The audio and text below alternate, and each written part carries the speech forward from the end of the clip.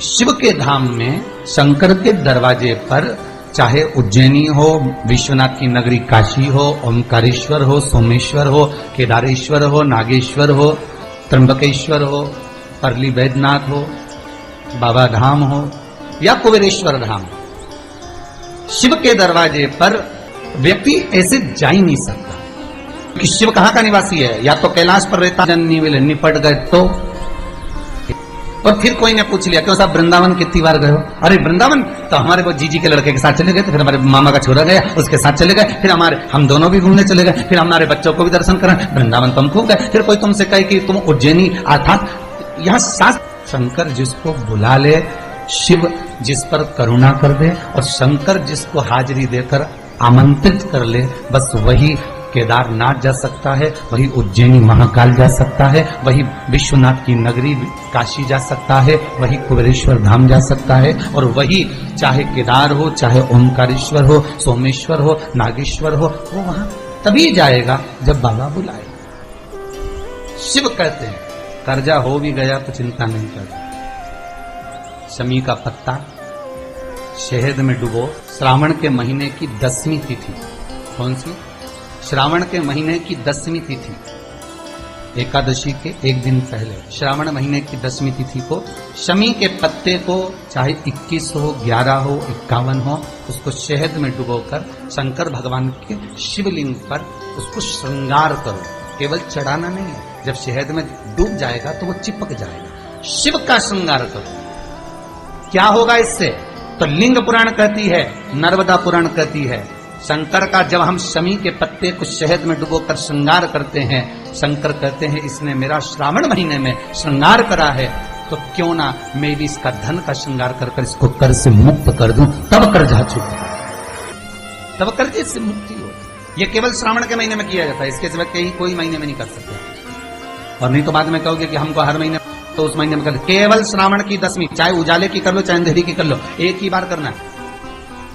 2 10वीं पे भी नहीं करना। श्रावण महीने की 1 10वीं पर अगर आपने इस 10वीं पे कर लिया तो अगली पे मत करना, अगली पे करा तो इस पे नहीं करा तो कोई बात नहीं, एक पर करना है, 1 10वीं। कितना भी कर जाओ, कितना भी लोन चढ़ा हुआ है, भगवान अब उसके भरोसे पर छोड़ दो कि हमने कुबेर भंडारी के भरोसे पर छोड़ दिया, हमने कुबेरेश्वर महादेव के भरोसे पर छोड़ दिया, हमने तो शिव को दे दिया। पर विश्वास रखकर, भरोसा रखकर, यहाँ ये पूरे आप कुबेरेश्वर धाम में कभी भी आओगे ना तो यहाँ कोई बाबा जोगी घूमता नहीं मिलेगा। यहाँ तो हम भी नहीं मिले तुमसे, टाइम ही नहीं इतना कि तुमसे मिले। राम नाम जपे कि तुमसे मिले, भगवान का भजन करें कि तुमसे मिलते फिरे। और कई लोग तो अंदर पत्र भी भेजते हैं, श्रीमान जी आए जरा 5 मिनट मिल लो। हमने कहा कुबेरेश्वर जी से मिला दो। हमारे पास आए क्या मिलने? तो कुबेर भंडारी से हमसे मिलने आओ तो बात दूसरी, कुबेरेश्वर महादेव से मिलने आयो। अपना दुख, अपनी तकलीफ, अपना कष्ट, अपना रोग, अपनी बीमारी, अपनी बात हमसे मत कहो। इस भूमि पर खड़े होकर जो बोलोगे वो उससे कहो। हमारे दुख तो वो काटता है, तो हम किसी के दुख काट सकते हैं क्या? नहीं, दुख वो काटेगा, तकलीफ वो मिटाएगा, कष्ट वो काटेगा, उससे कहो। भगवान का प्रसाद उसी को दिखता है जिसके भीतर प्रभु विराजमान होता है, तो उसको प्रसाद दिखेगा। जिसके भीतर प्रभु नहीं उसको प्रसाद कहां दिखेगा? एक कितना सुंदर बात कही, एक पति पत्नी का जोड़ा गुरुजी के यहाँ कथा सुनने जाता था। खूब कथा में गया, खूब कथा में, गंगा जी के घाट पर गुरुजी रहते थे और गंगा जी के घाट पर वो कथा सुनने के लिए जाता, खूब कथा सुनते। उनका एक पुत्र था, एक बेटा, 4 बेटे में से एक बेटा ऐसा था जिस बेटे के पांव विकलांग थे, बस घुटने के बल रगड़ता चलता। होते हैं कई लोग, आपने भी देखा होगा, उसके पांव खराब दोनों। गुरु पूर्णिमा का दिन जब निकलते उन्होंने कहा हम तो गुरु जी के आश्रम से जाएंगे ही नहीं, यहीं सेवा करेंगे, यहीं पर विराजमान होंगे। समय निकलता गया, गंगा जी के घाट पर गंगा दशहरे का उत्सव आ गया। गंगा दशहरे का जब उत्सव आया, खूब भीड़ पड़ी, अपार। गुरु जी के आश्रम में ढेर भीड़ पड़ी, और उसी में जो व्यक्ति इतने महीने से रह रहा था, उसी व्यक्ति ने आज गंगा दशहरे के दिन गुरु जी से प्रश्न किया, गुरुदेव हमें सेवा करते हुए आज कम से कम 20 साल हो गए, आपके यहाँ आते हैं, सेवा करते हैं गुरुदेव। गुरु जी बोले हाँ, मेरा बेटा जिसके पांव खराब हैं वो भी सेवा करता है, रगड़ रगड़ कर झाड़ू लगाता है, बुआरी लगाता है, कभी कभी फूलों की माला बना देता है, उसके पांव खराब हैं गुरुदेव। हाँ।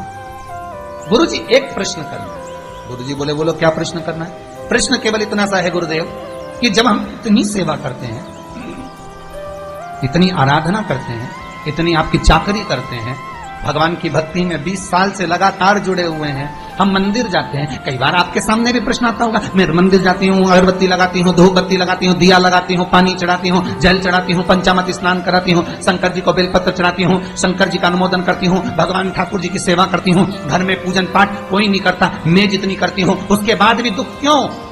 उस व्यक्ति ने भी यही कहा कि मैं इतना करता हूं, मेरी पत्नी इतना करती है, मेरा परिवार इतना करता है, खूब गंगा में डुबकी लगाए, खूब स्नान, खूब पूजन करे, इसके बाद आखिर क्या कारण है कि मेरे बेटे को रगड़ कर चलना पड़ता है, उसका पांव बेकार हो गया। मैंने कौन सा पाप करा था? मैंने पाप कौन सा करा गुरुदेव? गंगा के घाट पर आज गंगा दशहरे का दिन है गुरुजी, सत्य बताना कि मैंने कौन सा पाप करा कि मेरे बच्चे को रगड़ रगड़ कर चलना पड़ रहा है, उसका कारण क्या है? इतने में गुरुजी बोले, अगर इतनी पब्लिक में हजारों लोग गुरु दीक्षा लेने आए हैं, हजारों लोग गंगा नहाने आए हैं, इसने एकांत में प्रश्न नहीं करा, प्रश्न भी करा तो इतने लोगों में प्रश्न करा, उत्तर नहीं दूंगा तो आज बात रह गई। अगर अकेले में प्रश्न करता तो मैं उत्तर नहीं देता, क्योंकि इसका दिल दुखेगा। कई प्रश्न चेलों के, कई प्रश्न शिष्यों के ऐसे होते हैं जिसका उत्तर गुरु नहीं देते, क्योंकि गुरु को मालूम है इसका मन दुख जाएगा। सत्य बोलेगा गुरु और मन दुखेगा। कई बार ऐसा हुआ कि गुरु सत्य नहीं बोल पाए, इसलिए मौन हो गए।